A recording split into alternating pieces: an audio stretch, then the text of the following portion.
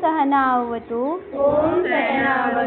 सहनौ भुनक्तु सह वीर्यं करवावहै तेजस्वी नावधीतमस्तु मा विद्विषावहै।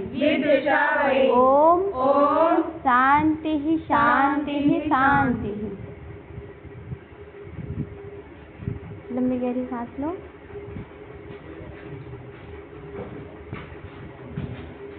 धीरे धीरे आंखें खोल लो।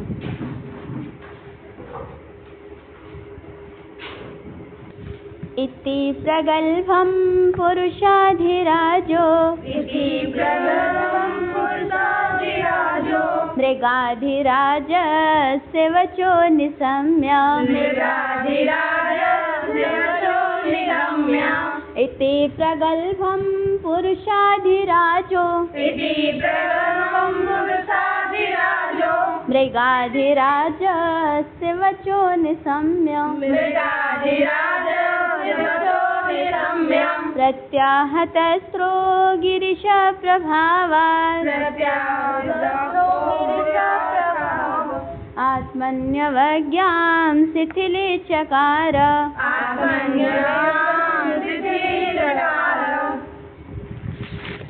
इति प्रगल्भं पुरुषाधिराजो।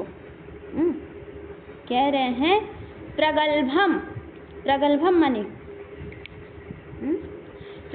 माने बहुत साहस भरे वचन। और देखो पुरुषाधिराज। पुरुषाधिराजा कौन है? पुरुषों का राजा राजा दिलीप। बहुत बढ़िया। पुरुषों का राजा दिलीप। राजा दिलीप भाई वो राजा है। और मृगाधिराजस्य मृगों का राजा वन का राजा शेर। सिंह। तो कह रहे हैं इति प्रगल्भं पुरुषाधिराजो मृगाधिराजस्य वचो निशम्य। साहस भरे वचन से पुरुषाधिराज पुरुषों के राजा जो दिलीप हैं उन दिलीप की बात को सुनकर मृगाधिराजस्य वचो निशम्य। मृगाधिराजस्य मृगों का राजा कौन है? सिंह। वचो निशम्य उसकी वाणी को सुनकर, मतलब मृगाधिराज जो सिंह है ऐसे ढीठ वचन या साहस वचन कहते हैं सुनकर क्या महाराज दिलीप। देखिए आगे पढ़ी पहले। प्रत्याहतस्त्रो बोलो प्रत्याहतस्त्रो। प्रत्याहतस्त्र माने जो अस्त्र है ना वो प्रतिहत माने अस्त्र चला रहे थे कौन? राजा दिलीप। राजा दिलीप जब अस्त्र चला रहे थे तो प्रतिहत हो गया। प्रतिहत माने रुक गया, मतलब उनके हाथ में वह क्या हुआ? अस्त्र रुक गया। क्यों रुक गया? क्योंकि वह सिंह ना भगवान शंकर की कृपा से वहाँ पर नियुक्त है। और श्रावण मास चल ही रहा है, अच्छा है, प्रसंग अच्छा है। तो भगवान शंकर की कृपा से वह वहाँ पर नियुक्त है। इस कारण से जैसे वह राजा दिलीप अपनी बाण अस्त्र चलाना चाहा ना तो भगवान के आशीर्वाद से वह अस्त्र क्या हुआ? रुक गया। आगे देखो। गिरीश प्रभावात भगवान शंकर गिरीश। गिर माने पर्वत। इस तो कैलाश पर्वत किसका है? महादेव। देखो तो उसके स्वामी कौन होंगे? महादेव जी, शंकर जी। शंकर जी के प्रभाव से क्या हुआ? प्रत्याहतस्त्र उसका अस्त्र। किसका अस्त्र? राजा दिलीप का हत हो गया, मतलब रुक गया। और आत्मन्यवज्ञाम शिथिली चकार। आत्मन्य अवज्ञाम अपनी अवज्ञाम अपनी अवमानना का मतलब मेरी तिरस्कार हो गई या ऐसा। शिथिली चकार वह ढीला पड़ गया। जब उसे सिंह ने भाई पहले वह सिंह आक्रमण कर रहा था किस पर? नंदिनी गाय पर। तो तो राजा ने बचाने का बहुत प्रयास किया। हाँ, तो सिंह ने ऐसे जब सिंह आक्रमण करने चल रहा था तो राजा ने कहा कि मैं गाय की रक्षा कैसे करूं।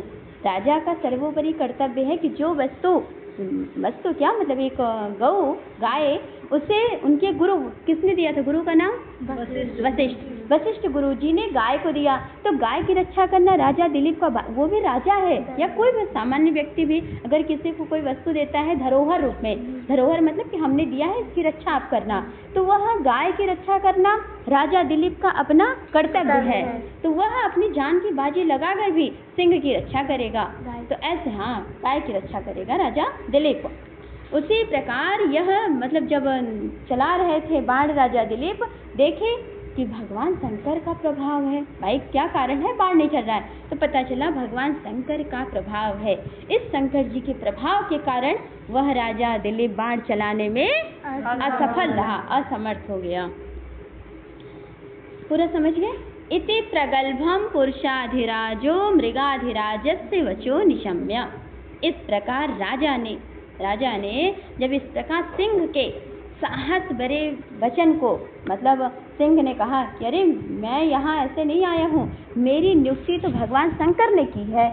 तो सिंह के साहस भरे वचन को सुनकर राजा दिलीप जब बाण चला रहा था उसका बाण प्रतिहत हो गया। प्रतिहत माने रुक गया। चलो आगे देखो। प्रत्याब्रवीच्चैर्नमिषो प्रयोगे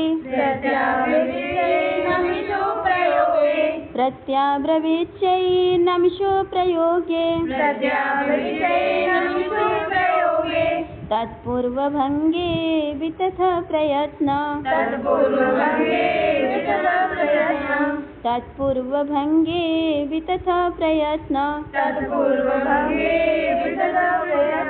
जडीकृतस्त्रयम्बकैच्छडेन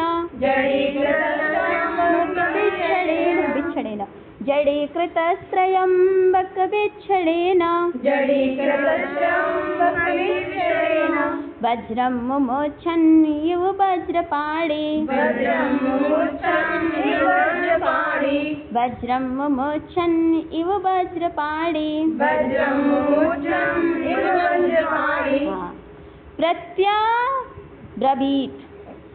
प्रत्याब्रवीत माने जैसे ब्रवीत माने बोलना। हाँ? सिंह ने जब बोला तो प्रत्याब्रवीत उसका उत्तर दिया, वो होता है प्रत्याब्रवीत। मतलब जो उत्तर बोला किसी ने उसका रिप्लाई कर देना, उसका जवाब दे देना, यही है प्रत्याब्रवीत। उत्तर दिया क्या? नमिषु प्रयोगे तत्पूर्वभंगे वितथ प्रयत्नः। प्रयत्न माने कार्य, वितथ व्यर्थ हो गया, जिसका कार्य भंग हो गया। कब? तत्पूर्वभंगे, पूर्व में ही, और किसके प्रयोग के कारण? नमिषु प्रयोगे माने बाण के प्रयोग, जो बाण चलाने का जो प्रयोग कर रहे थे। मतलब पहले जब राजा दिलीप बाण चलाने का, मतलब ये कह रहे हैं कि राजा दिलीप जब पहले बाण चलाए थे ना, तो बाण चलाने में वो सफल नहीं रहे थे। मतलब एक घटना है कि इंद्र जी के साथ घटी हुई थी घटना, कि पहले वह घटना इंद्र ने भगवान शंकर पे बाण चलाना चाहा, लेकिन वह बाण इंद्र ने नहीं चला पाया। और कैसे? मात्र भगवान शंकर ने अपनी आंखें खोलकर इंद्र को देख लिया था। इंद्र ने बाण चलाने का प्रयास किया शंकर जी पे, तो जैसे भगवान शंकर ने अपनी आंख खोली, इंद्र डर गया, मतलब बाण नहीं चल पाया। तो जब बाण उस समय नहीं चल, तत्पूर्व भंगे, पूर्व में ही जिनका प्रयास पहले भंग हो चुका है, तो क्या राजा दिलीप भगवान शंकर जी के भक्त पर, अनुचर पर बाण चला पाएगा? नहीं। समझ गए बात? पहले इंद्र ने बाण चलाने का प्रयास किया था शिव जी पर। हाँ, तो शिव जी ने इच्छड़े न अपनी आंखें खोल के ना देखा, तो इंद्र के पलायन कर गए, भाग गए। और आज वही राजा दिलीप किस पे बाण चलाने का प्रयास कर रहे हैं? सिंह पे। और सिंह कौन है? महादेव के अनुचर, उनके सेवक। तो क्या चला पाएंगे? नहीं कह रहे। प्रत्याब्रवीच्यै नमिषु प्रयोगे, मतलब प्रति उत्तर दे दिया, उत्तर देने पर नमिषु प्रयोगे, बाण चलाने में, तत्पूर्व भंगे, जो पहली बार इस प्रकार असफलता मिली है, मतलब राजा दिलीप जब भी बाण चलाया होगा शत्रुओं पे तो क्या कभी उसका बाण रुका होगा? नहीं, बाण नहीं रुका, बाण चल गया। लेकिन आज पहली बार राजा दिलीप ने बाण चलाने का प्रयास किया तो उसकी असफल हो गया। क्यों असफल हो गया? इसलिए असफल हो गया क्योंकि वह शंकर जी के प्रभाव से नियुक्त किया गया है। बस समझ में आ गई? जड़ीकृत त्रयंबक इच्छड़ेन, जड़ीकृत माने मतलब जैसे होता है ना, मतलब एकदम जड़ हो जाना, एकदम मतलब बिल्कुल हाथ पांव मतलब हिलाना नहीं, एकदम जड़ हो जाना। त्रयंबक इच्छड़ेन, त्रयंबक किसको कहते हैं? त्रयंबक विच्छड़ेन, हाँ शंकर जी को, हाँ महादेव जी को, उनकी दृष्टिपात से, जैसे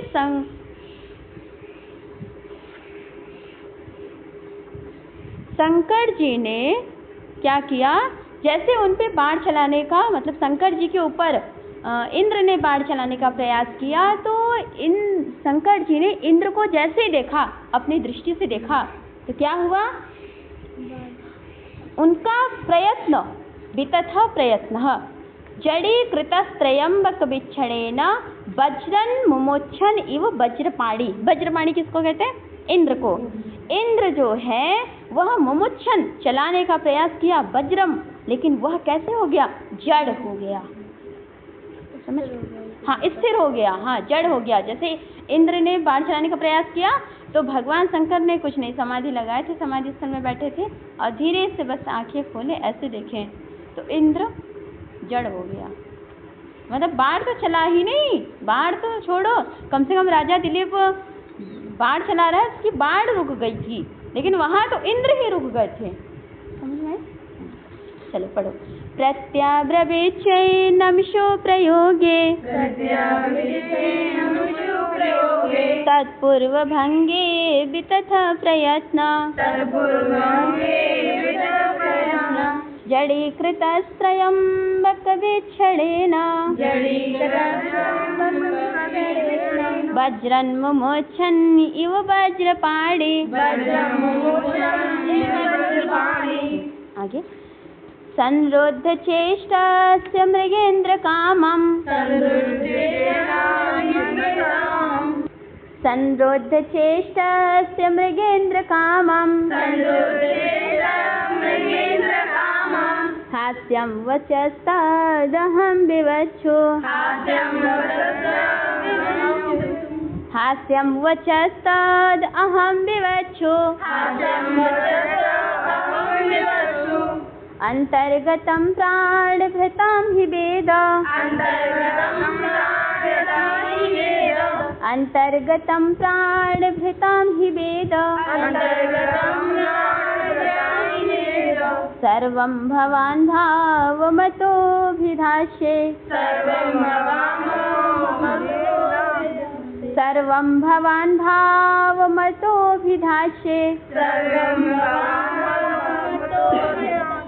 सर्वं भवान् भावमतोऽभिधास्ये, सर्वं भवान् भावमतोऽभिधास्ये। संरुद्ध चेष्टस्य, संरुद्ध चेष्टस्य, जिसकी चेष्टा रुक गई, जिसकी चेष्टा रुक गई। किसकी चेष्टा रुक गई? राजा दिलीप की। मृगेंद्र, हे सिंह, मृगेंद्र संबोधन है ना, मृगेंद्र। कामम, कामम हास्यम वचस्तद अहम विवक्षु। मैं कुछ आपसे कहना चाहता हूँ, विवक्षु कहना चाहता हूँ, अहम मैं, अहम कौन? मैं राजा दिलीप। हाँ, मैं अब सिंह क्या कहेगा? सिंह को जो कहना था कह चुका, सिंह नहीं कहेगा, अब राजा दिलीप कहेंगे। राजा दिलीप कहते हैं कि जो मैं संरुद्ध, मेरी जो चेष्टा कर रहा था ना बाण चलाने पे, वो संरुद्ध हो गई, रुक गई। हे मृगेंद्र, हास्यम वचस्तद अहम विवक्षु, मैं आपसे ना कुछ कहना चाहता हूँ। क्या कहना चाहते हो भैया, कहो। तो कह रहे हैं अंतर्गतम प्राणभृताम ही वेद। अंतर्गतम, अंतर्गतम माने अंदर की बात, अंदर की बात।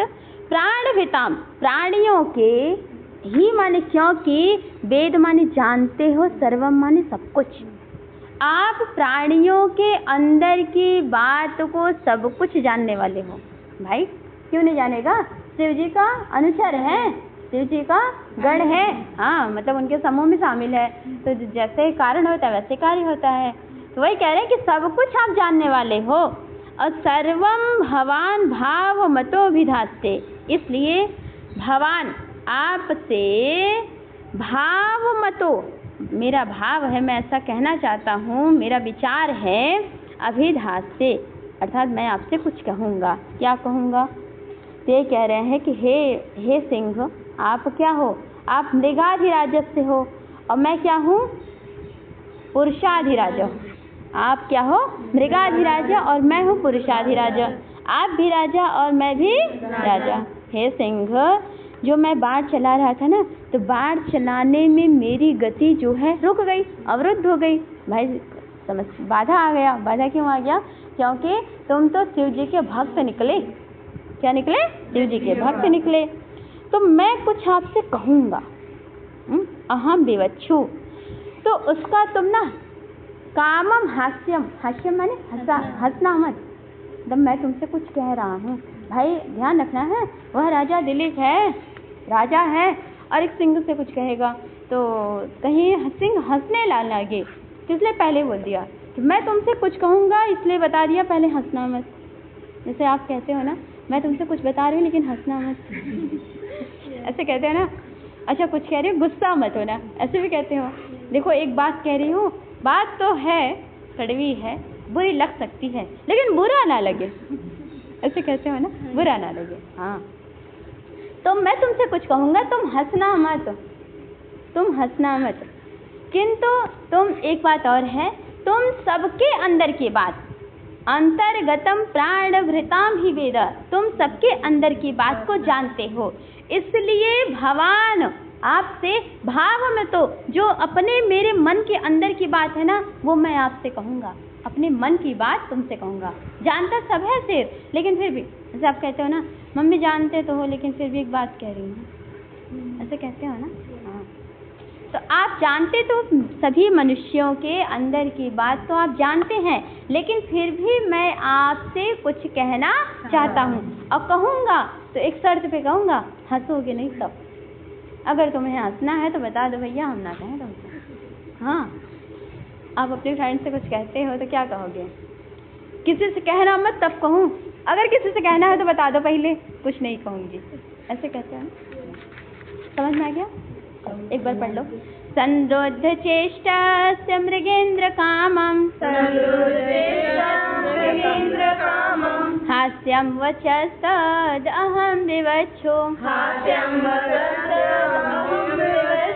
अंतर्गतम प्राणभृताम हि वेद, सर्वं भवान् भावमतोभिधास्ते,